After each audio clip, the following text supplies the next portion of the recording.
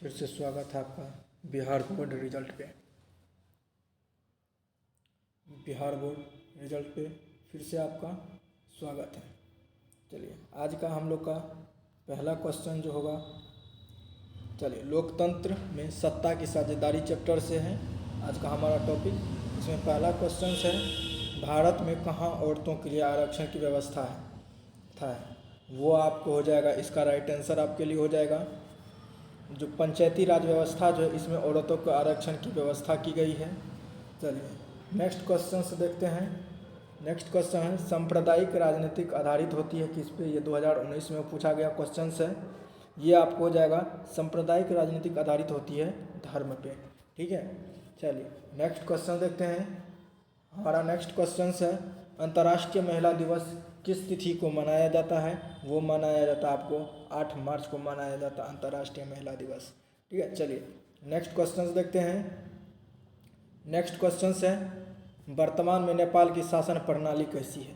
वर्तमान में नेपाल की शासन प्रणाली जो है वो लोकतांत्रिक होगा। लोकसभा लिखा गया है, लोकतांत्रिक प्रणाली है, राजतंत्र नहीं है, सैनिक तंत्र भी नहीं है, लोकतांत्रिक व्यवस्था वहाँ भी है। ठीक है, चलिए नेक्स्ट क्वेश्चन है।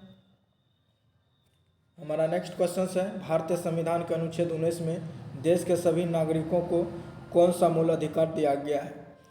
संविधान का अनुच्छेद 19 जो है वो स्वतंत्रता का अधिकार देता है। स्वतंत्रता का अधिकार में बहुत सारे अधिकार हैं।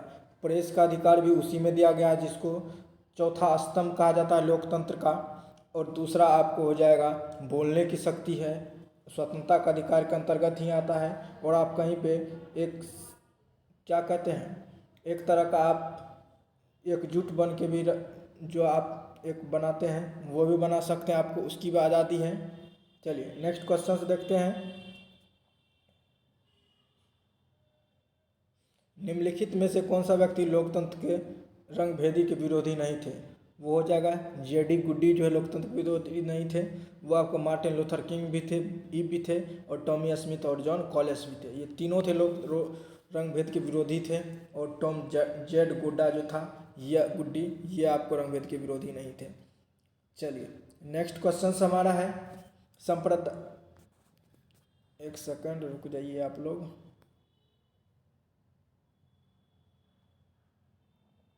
चलिए ये तो हो चुका था क्वेश्चंस। उसके बाद ये था हमारा ये क्वेश्चंस था, सांप्रदायिक राजनीति किस पर आधारित होती है? ये होती एक धर्म दूसरे से श्रेष्ठ है। एक धर्म दूसरे से श्रेष्ठ है, यही सांप्रदायिक राजनीतिक होता ही है। यहीं पे आप लोग जो है यहाँ पे देखिएगा, सब यहाँ पे जितने भी लोकतंत्र में नेता सबका थी है पार्टी है, वो सब एक दूसरे के धर्म पे आधारित है। आरएसएस का जैसे देख लीजिए, बीजेपी हो गया आपका, यादव सब जो है वो आपको देगा, किसको देगा?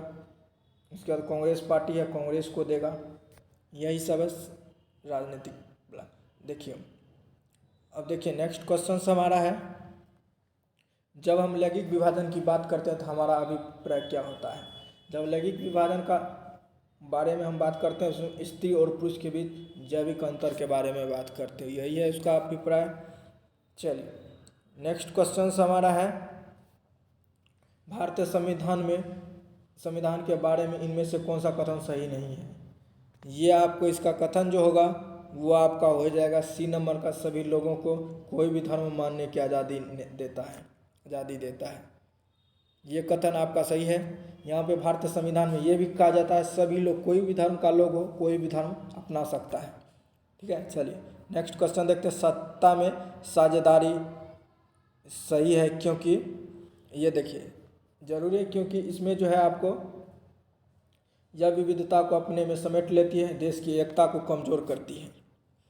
ठीक है, सत्ता में साझेदारी यही है। चलिए नेक्स्ट देखते हैं, इंडिका पुस्तक किसके द्वारा यानी इंडिका पुस्तक के लेखक कौन है? इसके लेखक हो जाएंगे आपको मेगास्थनीज थे। मेगास्थनीज जो इंडिका पुस्तक के रचनाकार थे, लेखक थे। नेक्स्ट क्वेश्चन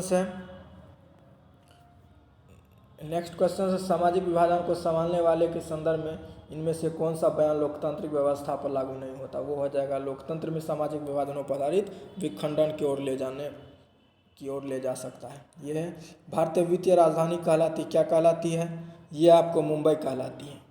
यानी सबसे ज़्यादा वित्तीय राजधानी जो है वो मुंबई में होगा, क्योंकि बड़े बड़े उद्योगपति जो हैं भारत के, वो आपको मुंबई जैसे बड़े शहर में रहते हैं। ठीक है, इसीलिए भारत की वित्तीय राजधानी मुंबई को कहा जाता है, याद रखिएगा आप लोग। श्रीलंका की आबादी में तमिलों की संख्या कितनी है? तो वो या आप लोग याद रखिएगा 18% जो है श्रीलंका में तमिलों की संख्या है, आबादी है।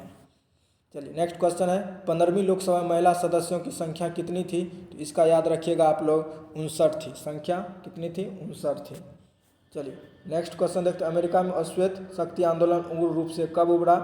तो इसका याद रखिएगा 1966 में उभरा था। कब उभरा था? 1966 में उभरा था। नेक्स्ट डरबन में नस्ल भेदी विरोधी सम्मेलन हुआ था, ये कब हुआ था? ये आपको हो जाएगा 2001 में हुआ था। कब हुआ था? 2001 में हुआ था। नेक्स्ट क्वेश्चन है, बिहार की साक्षरता दर कितनी है? तो याद रखिएगा 47% बिहार की साक्षरता दर है। नेक्स्ट क्वेश्चन है, 2001 की जनसंख्या के अनुसार भारत में साक्षर महिलाओं की प्रतिशत कितना था? तो वो याद रखिएगा 53.70% था महिला का साक्षरता दर।